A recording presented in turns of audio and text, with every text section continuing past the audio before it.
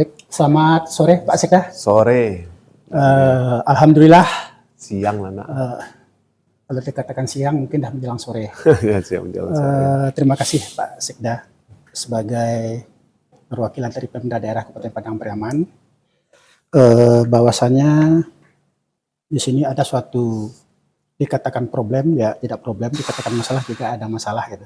Di artinya tenaga honorer yang ada di Kabupaten Padang Pariaman beraspirasi tadi di depan kantor bupati dan mereka meminta untuk bisa konsultasi langsung dengan bupati. Dan menurut keterangan dari mereka bahwasanya mereka sudah melakukan mediasi-mediasi untuk agar mereka diangkat untuk P3K.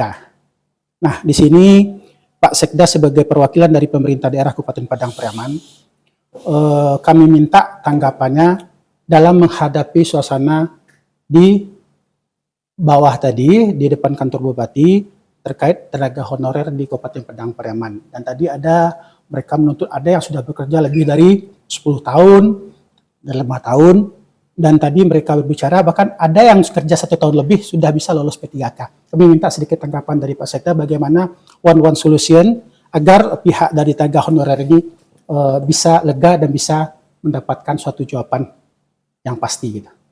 Oke, makasih. Assalamualaikum warahmatullahi wabarakatuh.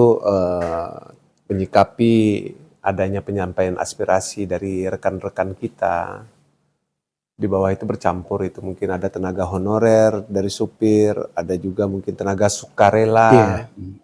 Yang ini juga hangat-hangat juga kita berbicara sebelumnya, di mana pemerintah Kabupaten Padang Pariaman sudah mengangkat P3K ini 4 periode. 4 gelombang. Sejak tahun 2021 kita sudah mengangkat P3K. Dan tahun ini kita sudah membuka formasi sebanyak 650 untuk P3K. Seluruhnya sudah kita laksanakan mekanismenya. Kita melaksanakan tes dilaksanakan secara CAT, hasilnya sudah langsung transparan. Kelulusan tersebut ditentukan oleh BKN, dan mereka sudah yang lulus pasti tahu, yang mungkin tidak lulus juga sudah tahu. Nah, terkait dengan aspirasi yang disampaikan itu adalah terkait dengan tuntutan untuk menjadi tenaga P3K paruh waktu. Bukan tenaga P3K ya, tenaga P3K paruh waktu. R4 untuk dijadikan R3. Nah, kita kan bekerja ini berdasarkan regulasi dan aturan yang berlaku. Ada Kemenpan nomor 16 tahun 2025, tentang P3K paruh waktu, persyaratan apa saja yang harus dimiliki untuk menjadi P3K paruh waktu, itu sudah tertuang di dalam sana. Mereka dijadikan R4, R3, ini adalah kode-kode yang dikeluarkan oleh BKN terhadap mereka berdasarkan pengalaman, berdasarkan formasi, dan berdasarkan SK dokumen yang mereka upload di dalam sistem itu sendiri. Jadi kita tetap sesuai dengan aturan. Kita bekerja ini adalah menjalankan norma-norma dan regulasi dari pemerintah pusat. Tentunya itu adalah acuan kita di dalam bekerja. Gitu.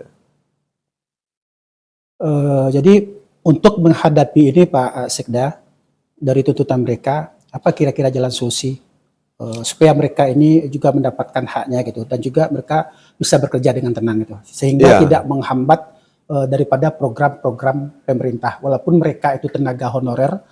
Baik itu di pendidikan, baik itu di tenaga kesehatan dan institusi-institusi lain, mereka kan juga sangat kita butuhkan di dalam institusi pemerintah. Karena kalau kita lihat di tenaga pendidikan, di beberapa sekolah itu terkadang guru PNS-nya hanya 3, lebihnya adalah honorer gitu.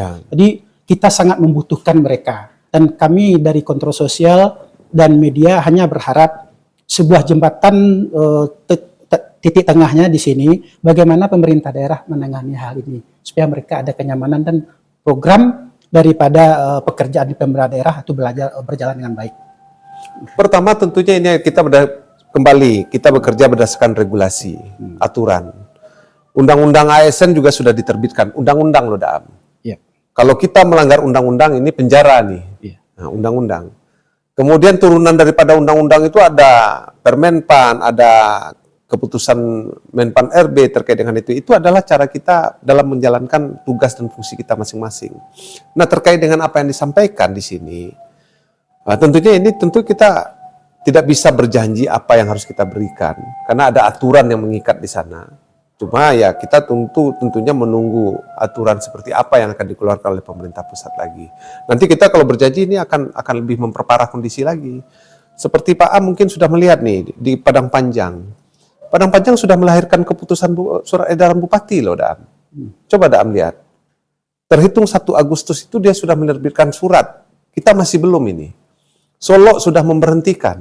Pesisir selatan sudah. Solo Selatan juga sudah. Itu akibat daripada pemerintah daerah menjalankan undang-undang. Nah, solusinya ada sama siapa? Solusinya bukan sama kita. Karena ini adalah undang-undang yang mengatur itu. Kita sudah bersuara, bahkan kita sudah bersurat ini sama Menpan RB dan BKN terkait dengan nasib mereka-mereka ini.